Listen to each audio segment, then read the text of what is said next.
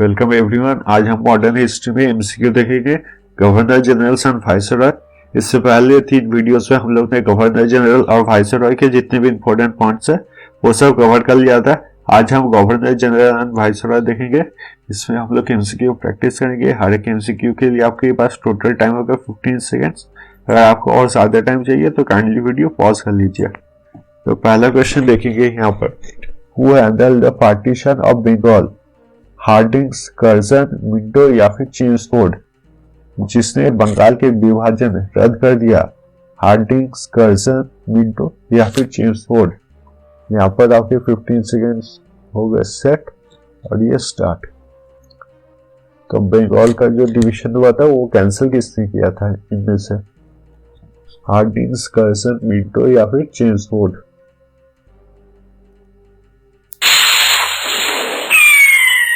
ये हुआ आपका टाइम सा।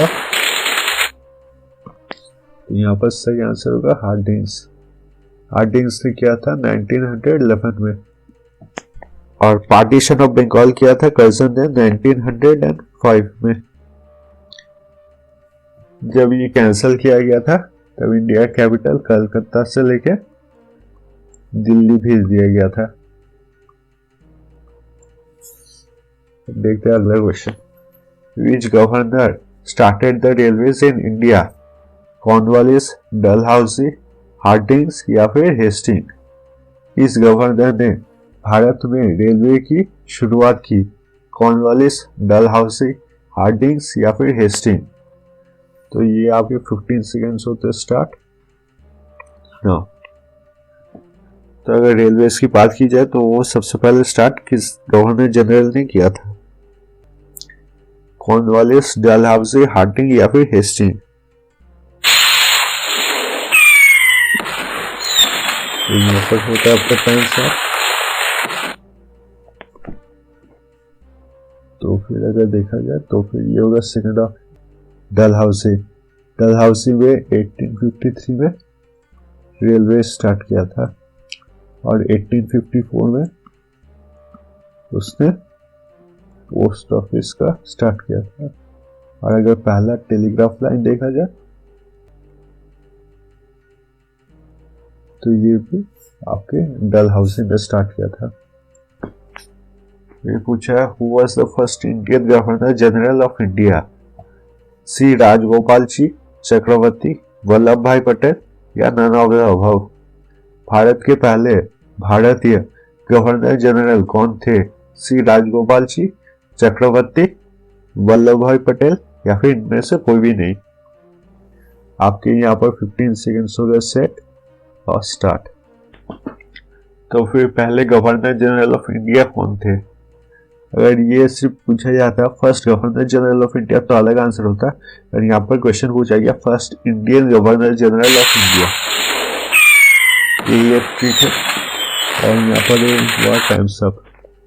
तो फर्स्ट इंडियन गवर्नर जनरल पूछा तो नंबर 1 होगा। अगर यहाँ पर पूछता first governor general of India तो फिर होता Lord Mountbatten. The Morley Minto reform was declared in 1907, 1905, 1909 या फिर 1912? मॉर्लेमेंटो सुधार की घोषणा की गई 1907, 1905, 1909 या फिर 1912? ये हो गए आपके 15 सेकेंड सेट स्टार्ट। तो मॉर्लेमेंटो रिफॉर्म क्या है आपको शायद पता ही होगा, और ये कौन से साल में इसका अनाउंसमेंट किया गया?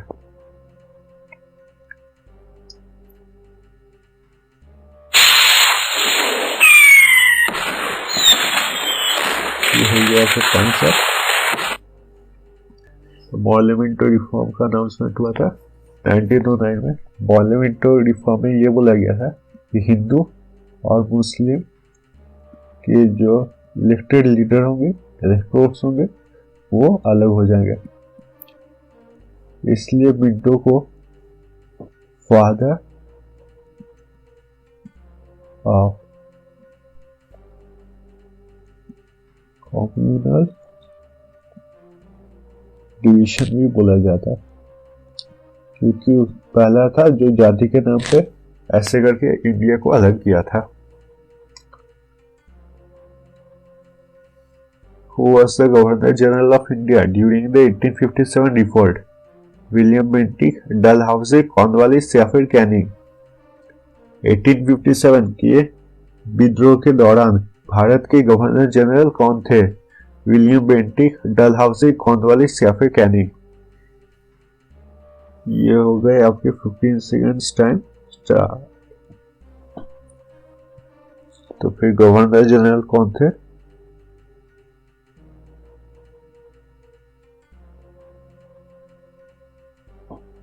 विलियम बेंटिक, डलहौसी, कॉर्नवालिस या फिर कैनिंग?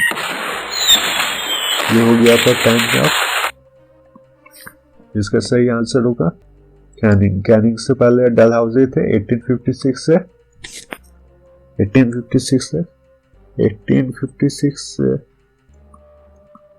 1863 थे आपके लॉर्ड कैनिंग। तो अगर पूछा जाए कि वो was the governor general of India during 1857 report, तो फिर थे आपके कैनिंग। ये थे आपके last governor general of India, last governor general of India और फर्स्ट वाइसरॉय ऑफ इंडिया। अगला क्वेश्चन देखते हैं। Who was the Viceroy of India during the 1942 Quit India movement?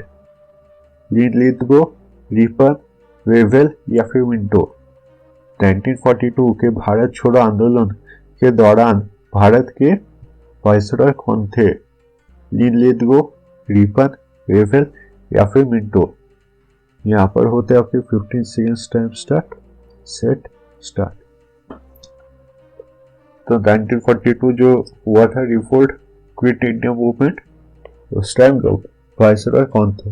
Lithgow, Ripon, Wavell या फिर मिंटो? ये हो गया आपका टाइम सेट। तो इसमें सही आंसर होगा पहला वाला लिथगो, जो था 1936 से 1943। ये वर्ल्ड वॉर 2 के दौरान है और वर्ल्ड वॉर 2 में ब्रिटिश ने ये अनाउंस कर दिया था कि इंडिया उनके साथ है। तो इंडिया को बिना पूछे हुए, बिना उनके परमिशन लिए हुए उन्होंने ये डिक्लेयर कर लिया था। इसलिए कांग्रेस जो है, कांग्रेस ने 1939 में रिजाइन कर लिया था। 1939 में रिजाइन कर लिया था असेंबली से। कांग्रेस ने जिस दिन रिजाइन किया था उस दिन आपके मुस्लिम लीग और B.R. अम्बेडकर ने सेलिब्रेट किया था डे ऑफ रिडेंस, मतलब अच्छा हुआ कि छुटकारा मिल गया। इसके बाद इंग्लिश में से आया था क्रिप्स मिशन। यहाँ पर आया था आपका क्रिप्स मिशन। क्रिप्स मिशन का यही काम था कि इंडिया को अपनी तरफ सपोर्ट करना, याद नहीं कि ब्रिटिश की तरफ सपोर्ट करना वर्ल्ड वॉर 2 के लिए, कि वर्ल्ड वॉर 2 में इंडिया सपोर्ट करे ब्रिटिशर्स को। और वो एकदम फेल हुआ और इसके लिए हुआ था क्विट इंडिया मूवमेंट। और इनको था 1936 से 1943 तक। इसमें वर्ल्ड वॉर 2 का टाइम था। वर्ल्ड वॉर 2 में इंग्लैंड ने खुद से डिक्लेयर कर दिया था कि इंडिया उनको सपोर्ट कर रहा। तो इंडिया के जो मिनिस्टर ये काफी गुस्सा हो गए कि इंडिया से बिना परमिशन लिए उन्होंने कैसे कह दिया कि इंडिया इसमें शामिल है। तो इसके प्रोटेस्ट में कांग्रेस ने रिजाइन कर दिया असेंबली से 1939 में। 1939 में जब कांग्रेस ने रिजाइन कर लिया तब मुस्लिम लीग और B.R. अम्बेडकर ने सेलिब्रेट किया डे ऑफ रिडेंस, मतलब अच्छा हुआ कि छुटकारा मिल गया कांग्रेस से। फिर ब्रिटिशर्स ने क्रिप्स मिशन भेजा ताकि इंडियंस को अपने मिशन के लिए वर्ल्ड वॉर 2 के लिए शामिल करवाए, पर क्रिप्स मिशन फेल हो गया। इसके बाद स्टार्ट हुआ आपका क्विट इंडिया मूवमेंट, भारत छोड़ो आंदोलन। Who was known as the liberator of Indian press? Bentinck, Hasting, Metcalfe या फिर मायो? जिन्हें भारतीय प्रेस के मुक्तिदाता के रूप में जाना जाता है, बेंटिक, हेस्टिंग, मेटकैफ या फिर मायो? तो यहाँ पर होते हैं आपके 15 सेकेंड टाइम स्टार्ट। तो लिबरेटर ऑफ इंडियन प्रेस किसको कहा जाता है?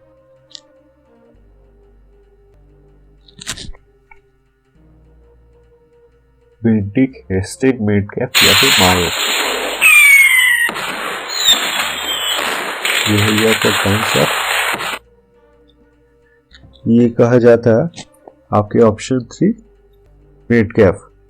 मेडकैफ कुछ महीने के लिए 1836 में जब मैंने ये वीडियो एक्सप्लेन किया मेडकैफ के बारे में, चार्ल्स मेडकैफ के बारे में, तब मैंने कहीं पे गलत लिख दिया। यहाँ पर भी 1839 नहीं हुआ, ये एक साल के लिए थे और वो साल था 1836।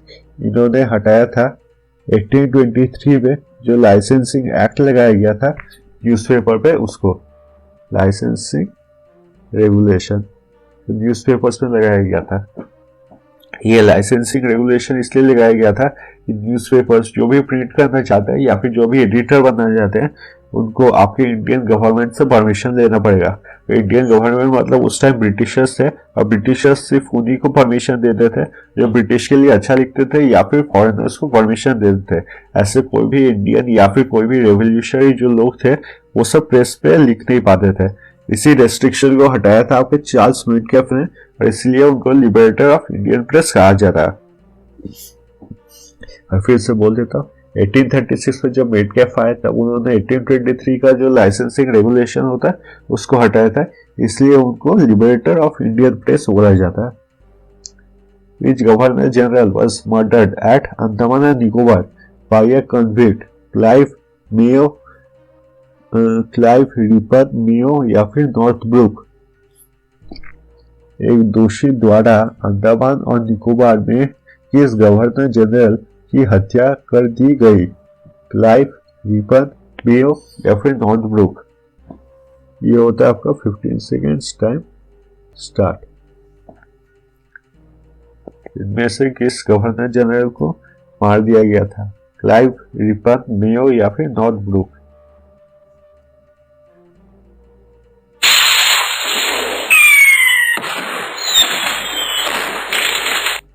तो ये हो गया आपका टाइम सब। तो फिर अगर देखा जाए इसका ऑप्शन होगा नंबर 3 मेयो। ये आप इस बात से भी याद रख सकते कि मेयो था इसलिए मर गया।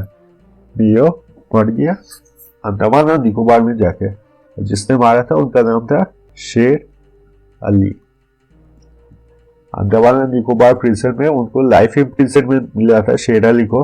और जब मेयो गए थे अंडमान और निकोबार में, जैसे कि आप जानते हैं अंडमान और निकोबार में ज्यादातर आपके फ्रीडम फाइटर्स को भेज दिया जाता था, तो फिर उनमें से शेर अली भी थे जिनको वहां पर लाइफ इम्प्रिजनमेंट की सजा मिली थी। तो शेर अली ने यहाँ पर मेयो को मार दिया था।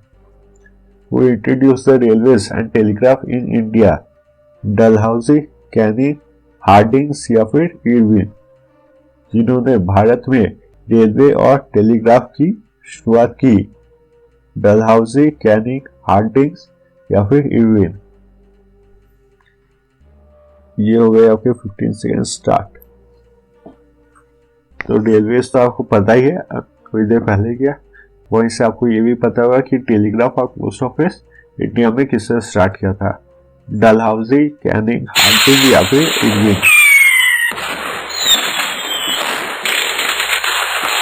ये आपका स्टार्ट किया था डलहौजी ने। डलहौजी ने 1853 में सबसे पहले किया था स्टार्ट रेलवे, 1853। फिर उसके अगले साल 1854 में उसने किया पोस्ट ऑफिस। और फिर आपका टेलीग्राफ लाइन, टेलीग्राफ लाइन जो चला था आपके कलकत्ता से डायमंड हार्बर तक। अब ये समझते ये सब रेलवे लाइन, पोस्ट ऑफिस, ये सब इम्प्रूवमेंट ब्रिटिशर्स ने क्यों किया था? ब्रिटिशर्स हमेशा चाहते थे कि इंडिया से रॉ मटेरियल ले जाके अपने देश में इंडस्ट्रियल रेवोल्यूशन स्टार्ट कर सके। तो इंडिया के इनलैंड में मतलब अंदर के जगह में जो जो रॉ मटेरियल्स है उनको ट्रांसपोर्ट करके सी तक लाना, ताकि सी पे जो बोट है या फिर जहाज है उनसे वो अपने देश पे ले जा पाए। इसके लिए उनका रेलवे लाइन बनाना बहुत ज्यादा इम्पोर्टेंट था। रेलवे लाइन अगर आप देखें तो रेलवे लाइन बनाने में जो इंडिया में कॉस्ट होता था, बाहर के देशों में कॉस्ट होता था, उससे 3 गुना कॉस्ट होता था आपके इंडिया में। अगर मान लीजिए कनाडा या फिर ऑस्ट्रेलिया में रेलवे लाइन बनाने के लिए 10 रुपए लगते थे, तो अगर इंडिया में वही same railway line same distance के लिए बनाया जाए तो फिर उसी के लिए ब्रिटिशर्स 30 रुपए चार्ज करते थे, 3 गुना पैसे चार्ज करते थे, ताकि ज्यादा से ज्यादा उनको प्रॉफिट हो पाए ये रेलवे लाइन बनाने से। पोस्ट ऑफिस और टेलीग्राफ लाइन की बात की जाए तो आज भी हम देखेंगे जहां पर भी प्रोटेस्ट होते हैं या फिर कुछ भी होता है वहां पर आपके इंटरनेट कनेक्शन को बंद कर दिया जाता है। ये इसलिए होता है ताकि कम्युनिकेशन कम हो पाए और कोई प्रोटेस्ट या फिर कोई लड़ाई ज्यादा भड़क ना पाए। अगर हम लोग 1857 के रिपोर्ट देखेंगे तो उसमें देखेंगे सबसे पहले जब इंडियन आर्मी या फिर कि इंडियन सिपर्स ने अटैक किया था दिल्ली पे, उन्होंने दिल्ली पे कंट्रोल कर लिया था और बाद में ब्रिटिशर्स ने आके दिल्ली पे वापस कंट्रोल कर लिया। इसका एक मेन रीजन यही था कि पोस्ट ऑफिस और टेलीग्राफ लाइन, क्योंकि बहुत जल्दी मैसेज एक जगह से दूसरे जगह दे दिया गया था और जो आर्मी सोल्जर्स थे वो बहुत जल्दी रेलवे लाइन के लिए, ये रेलवे के लिए दिल्ली पे आ पाए थे और दिल्ली को बहुत जल्दी कब्जा कर लिया था उन्होंने। अब देखेंगे अगला question, the last British viceroy of India Wavell, Mountbatten, Attlee या फिर Ripon. The last British viceroy of India Wavell, Mountbatten, Attlee या फिर रिपन। आपका 15 सेकेंड स्टार्ट। ब्रिटिश का भारत में आखिरी वायसरॉय वेवेल, माउंटबेटन, एटली या फिर रिपन।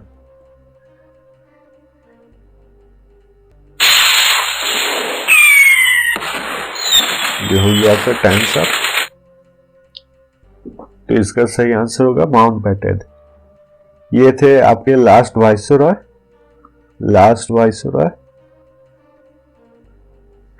और पहले governor general of independent India.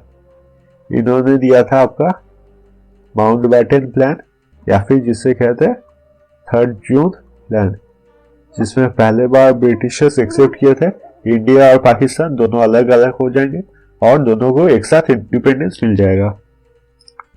अगला क्वेश्चन देखते हैं, वो इंट्रोड्यूस द सनसेट लॉ, जिन्होंने सनसेट कानून की शुरुआत की, हेस्टिंग्स, कॉर्नवालिस, बेंटिक या फिर कैनिंग। ये होता है आपके 15 सेकेंड स्टार्ट। सनसेट लॉ मतलब सूर्यास्त नियम, किसने स्टार्ट किया था? हेस्टिंग, कॉर्नवालिस, बेंटिक या फिर कैनिंग। इससे सही आंसर क्या होगा?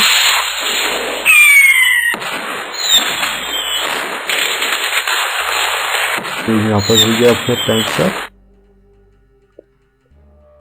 तो फिर यहाँ पर आपका सही आंसर होगा कॉर्नवालिस। अगर कॉर्नवालिस के बारे में और देखें, लॉर्ड कॉर्नवालिस जो गवर्नर जनरल थे उस टाइम बंगाल के, उन्होंने लाया था आपका परमानेंट सेटलमेंट। परमानेंट सेटलमेंट एक टैक्स सिस्टम था जिसमें जो जमींदार होते थे, जमींदार को फार्मर से टैक्स कलेक्ट करके देना पड़ता था आपके ब्रिटिशर्स को। फार्मर से जब वो टैक्स कलेक्ट करते थे एक हिस्सा अपने पास रख लेते थे और बाकी उनको दे देना पड़ता था ब्रिटिशर्स को एज अ टैक्स। तो टैक्स देने के लिए एक टाइम फिक्स करना पड़ता था। तो लॉर्ड कॉर्नवालिस ने दिया था आपका sunset law. According to sunset law ये बोला गया था कि किसी एक दिन जिस दिन टैक्स देना पड़ेगा उस दिन सूरज डूबने से पहले उनको ये टैक्स कलेक्ट करके ब्रिटिशर्स को सबमिट करना पड़ेगा। मान लीजिए अगर 10 तारीख को टैक्स सबमिट करते हैं तो 10 तारीख को शाम होने से पहले जमींदार को ये टैक्स कलेक्ट करके देना पड़ेगा आपके ब्रिटिशर्स को।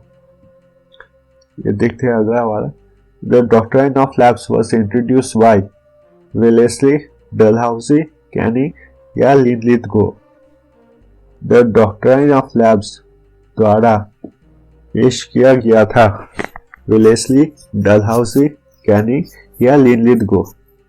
ये आपके 15 सेकेंड्स दिया मैंने सेट, ये स्टार्ट। तो डॉक्ट्राइन ऑफ लैब्स किसने लाया था? वेलेस्ली, डलहाउसी, कैनिंग या लिथगो।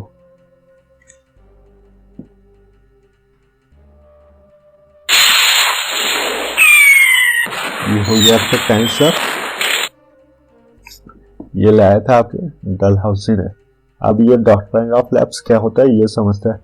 डॉक्ट्राइन ऑफ लैब्स में ये कहा जाता था कि कोई अगर राजा रहा और उसका कोई अपना बेटा नहीं रहा, तब वो राजा का जो भी किंगडम है वो आपके ब्रिटिश के पास चला जाएगा। राजा अगर चाहे तो अपनी बेटी या फिर अपने एडॉप्टेड बेटे को नहीं दे सकता। सिर्फ अगर वो अपना बेटा को जन्म देता है मरने से पहले तभी वो राज्य उसके पास रहेगा, नहीं तो वो चला जाएगा आपके ब्रिटिशर्स के पास। ये था आपका डॉक्ट्राइन ऑफ लैप्स, से इंट्रोड्यूस किया था आपके डलहाउसी ने। अब देखते हैं अगला question, in which year was permanent settlement introduce? 1793, 1820, 1822 या फिर 1847?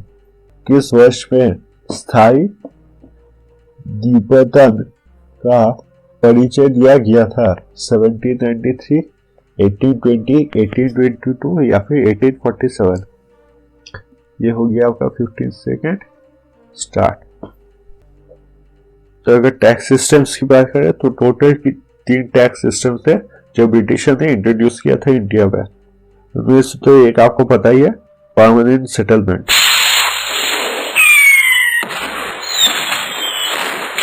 ये हो गया आपका टाइम सेट। टैक्स सिस्टम्स की बात करें तो सबसे पहले आता है आपका 1793 में परमानेंट सेटलमेंट।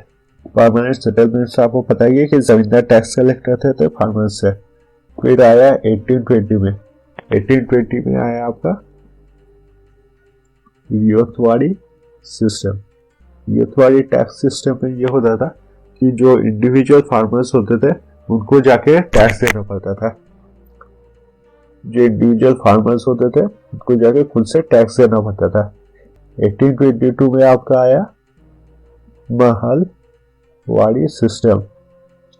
यहाँ पर एक विलेज गांव को महल बोला जाता था और महल के जो आपके हेड होते थे वो टैक्स कलेक्ट करते थे पूरे गांव से और फाइनली वो जाते थे और ब्रिटिशर्स को देते थे। तो पहला हो गया परमानेंट सेटलमेंट, फिर हो गया रियायतवाड़ी और तीसरा है आपका महलवाड़ी टैक्स सिस्टम।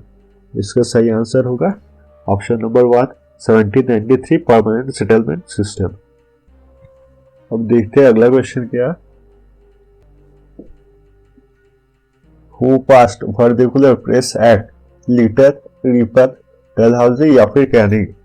जिन्होंने वर्नाकुलर प्रेस एक्ट पास किया, लीटर, रीपर, डलहौजी या फिर कैनिंग? इसके लिए आपके होते 15 सेकेंड्स यहाँ पर टाइम सेट और स्टार्ट।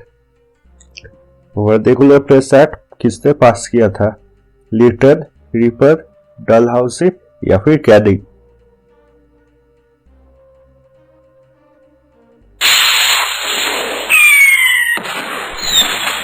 इसका सही आंसर होगा टाइम्स अप। यहाँ पर सही आंसर होगा लीटर। लीटर ने पास किया था आपका वर्नाकुलर प्रेस एक्ट और ईयर था आपका वर्नाकुलर प्रेस एक्ट पास करने का 1878। वर्नाकुलर प्रेस एक्ट में ये बोला गया था कि कोई भी अगर न्यूज़पेपर रहा और उसमें आपका गवर्नमेंट के बारे में कुछ भी गलत नहीं लिखा जा सकता। मतलब गवर्नमेंट जो भी पॉलिसी बनाए या फिर गवर्नमेंट के मिनिस्टर्स जो भी काम करे उसके अगेंस्ट कुछ भी नहीं बोला जा सकता है। इसे कहा जाता है वर्नाकुलर प्रेस एक्ट। इससे पहले आपने देखा कि जो restriction liberator of Indian press ने हटाया था, चार्ल्स मेटकैफ, 1823 में लगाया गया था लाइसेंसिंग एक्ट। और ये आप देख रहे हैं 1878 में वर्नाकुलर प्रेस एक्ट। तो ब्रिटिश ने काफी ट्राई किया था कि जो मीडिया हाउसेस है तो मीडिया हाउसेस को कंट्रोल किया जा सके ताकि वो जो टॉर्चर कर रहे हैं वो सब बात वो बाहर के देश में या फिर बाहर के कंट्री से आ जा पाए। देखिए अगला question, the first factory law was passed by Curzon, Wellesley, Cornwallis या फिर रीपर? पहले फैक्ट्री कानून द्वारा पारित किया गया था कर्जन, वेलेस्ली, कॉर्नवालिस या फिर रीपर? ये होते हैं आपके 15 सेकेंड्स सेट स्टार्ट। पहला फैक्ट्री लॉ किसने पास किया था?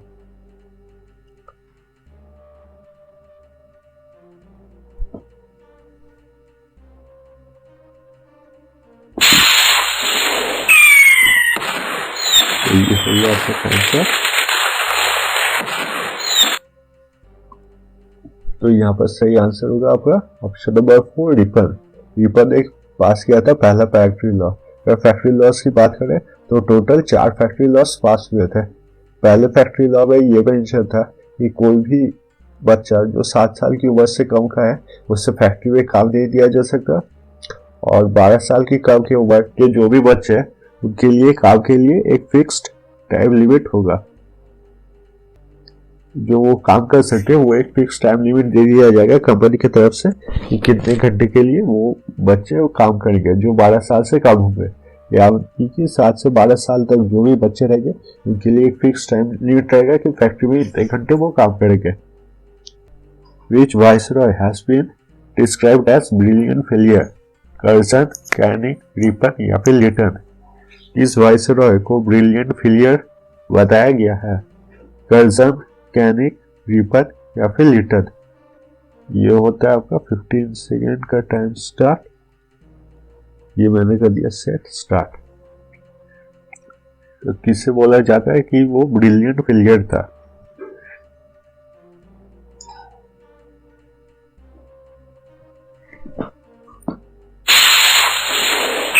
ये हो गया आपका टाइम स्टार्ट। तो ब्रिलियंट फेलियर कहा जाता है आपके लिटन को, जो कि गवर्नर 1876 से 1880 तक। तो ये वाइसरॉय था 1876 से 1880 तक। इससे पहला काम तो आपने देखा होगा, वर्नाकुलर प्रेस एक्ट लाया था। इसने ड्रामेटिक एक्ट के लिए भी ड्रामेटिक परफॉर्मेंसेस एक्ट भी लाया था। ड्रामेटिक परफॉर्मेंसेस एक्ट में ये कहा गया था कि जो भी ड्रामेटिक परफॉर्मेंस होती है, यानी कि जो भी नाटक होते हैं उससे जो दिखाया जाता है ब्रिटिश के खिलाफ, वो भी दिखाना गलत है। यहाँ पर वर्नाकुलर प्रेस एक्ट में उसने न्यूज़पेपर का जो फ्रीडम है वो छीना था, यहाँ पर उसने ड्रामेटिक परफॉर्मेंसेस में जो नाटक होते हैं उनका फ्रीडम छीना था। और उसने लाया था आपका आर्म्स एक्ट। आर्म्स एक्ट में ये बोला गया था कि जो भी इंडियन गन कैरी करना चाहते हैं उनके पास लाइसेंस होना चाहिए। अब लाइसेंस कैरी करना तो बहुत ही अच्छी बात है, पर ये नियम बनाया था उसने कि कोई ब्रिटिशर्स अगर चाहे तो उनके पास लाइसेंस नहीं भी रख सकते हैं, और बाकी सभी के पास लाइसेंस होना चाहिए। यानी कि ब्रिटिश जिन्हें फेवर करती है वो अब गन कैरी कर सकते बिना लाइसेंस के, और जिन्हें फेवर नहीं करती वो लाइसेंस कैरी नहीं कर सकते। और उससे सिविल सर्विस का जो उम्र होता है, एज सिविल सर्विस का जो लिमिट होता है उससे 21 से कम करके 18 कर दिया था, ताकि इंडियंस जो सिविल सर्विस देते हैं, सिविल सर्विस के एग्जाम देते हैं, तो सिविल सर्विस के एग्जाम का चांस उनके लिए कम हो जाए। इसलिए इसको ब्रिलियंट फेलियर कहा जाता है लिटन को। अब देखते हैं अगला क्वेश्चन क्या है। Who passed the Local Self Government Act? पायो, डफरिन, लिटन या फिर रिपन? जिन्होंने स्थानीय शासन अधिनियम पारित किया, मेयो, डफरिन, लिटन या फिर रिपन? ये होता है आपका 15 सेकेंड्स टाइम सेट स्टार्ट। जिसने लोकल सेल्फ गवर्नमेंट का एक्ट पास किया था, मेयो, डफरिन, लिटन या फिर रिपन?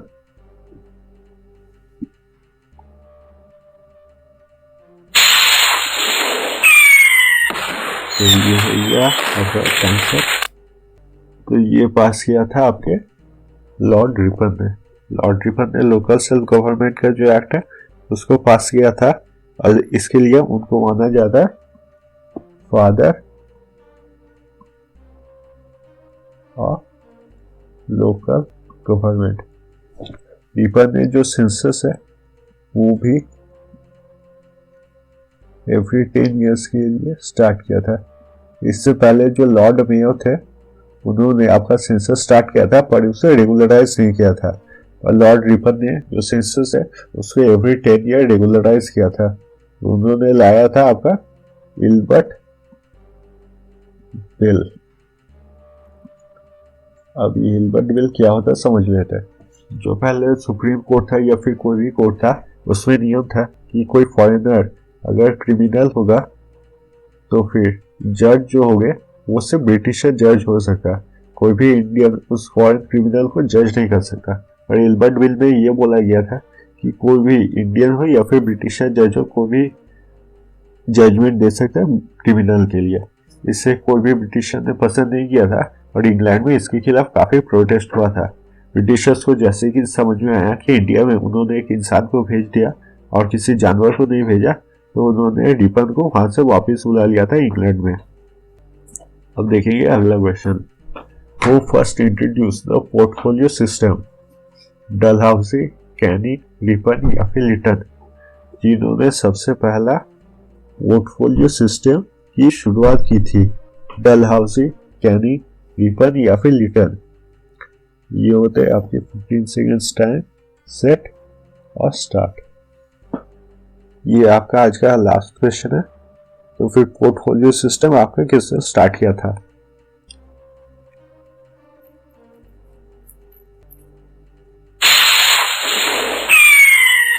ये हो गया आपका टाइम स्टार्ट। तो देखा जाएगा तो पोर्टफोलियो सिस्टम सबसे पहले स्टार्ट किया था आपके लॉर्ड कैनिंग, जो कि इंडिया के पहले वाइसरॉय थे। और पोर्टफोलियो सिस्टम इन्होंने स्टार्ट किया था 1863 में। ये थे आपके पहले वाइसरॉय। आप पोर्टफोलियो सिस्टम क्या होता है ये समझते हैं। पहले जो नियम था उसमें जो गवर्नर जनरल है उनके पास सारे एडमिनिस्ट्रेटिव, पॉलिटिकल, मॉनिटरी सारे पावर उन्हीं के पास थे, गवर्नर जनरल के पास। और पोर्टफोलियो सिस्टम में क्या कर दिया गया कि हर एक डिपार्टमेंट अलग अलग बनाया गया और अलग अलग पावर दिया गया। मान लीजिए एडमिनिस्ट्रेशन के पास किसके लिए पावर है, किसी के पास आर्मी के लिए पावर है, किसी के पास मॉनिटरी पावर्स है। ये सब अलग अलग डिपार्टमेंट बनाए गए और अलग अलग डिपार्टमेंट के अलग अलग हेड बनाया गया है। वो सबसे पहले किया गया था पोर्टफोलियो सिस्टम में 1863 और वो किया था इंडिया के पहले वाइसरॉय कैनिंग ने। तो आज के लिए बस इतना ही। अगर आपको वीडियो अच्छा लगा हो तो काइंडली लाइक कीजिए। जिन्होंने मेरा चैनल सब्सक्राइब किया उनको धन्यवाद, और जिन्होंने मेरा चैनल अभी तक सब्सक्राइब नहीं किया उनको रिक्वेस्ट है कि काइंडली सब्सक्राइब कर दीजिए। इससे मुझे काफ़ी सपोर्ट मिलता है। अगर आप इंडियन हिस्ट्री में देखना चाहते हैं वाइसरॉयज का चैप्टर तो फिर यहाँ पर क्लिक कीजिए, और अगर आप इंडियन हिस्ट्री में और भी MCQ सॉल्व करना चाहते हैं तो यहाँ पर क्लिक कीजिए।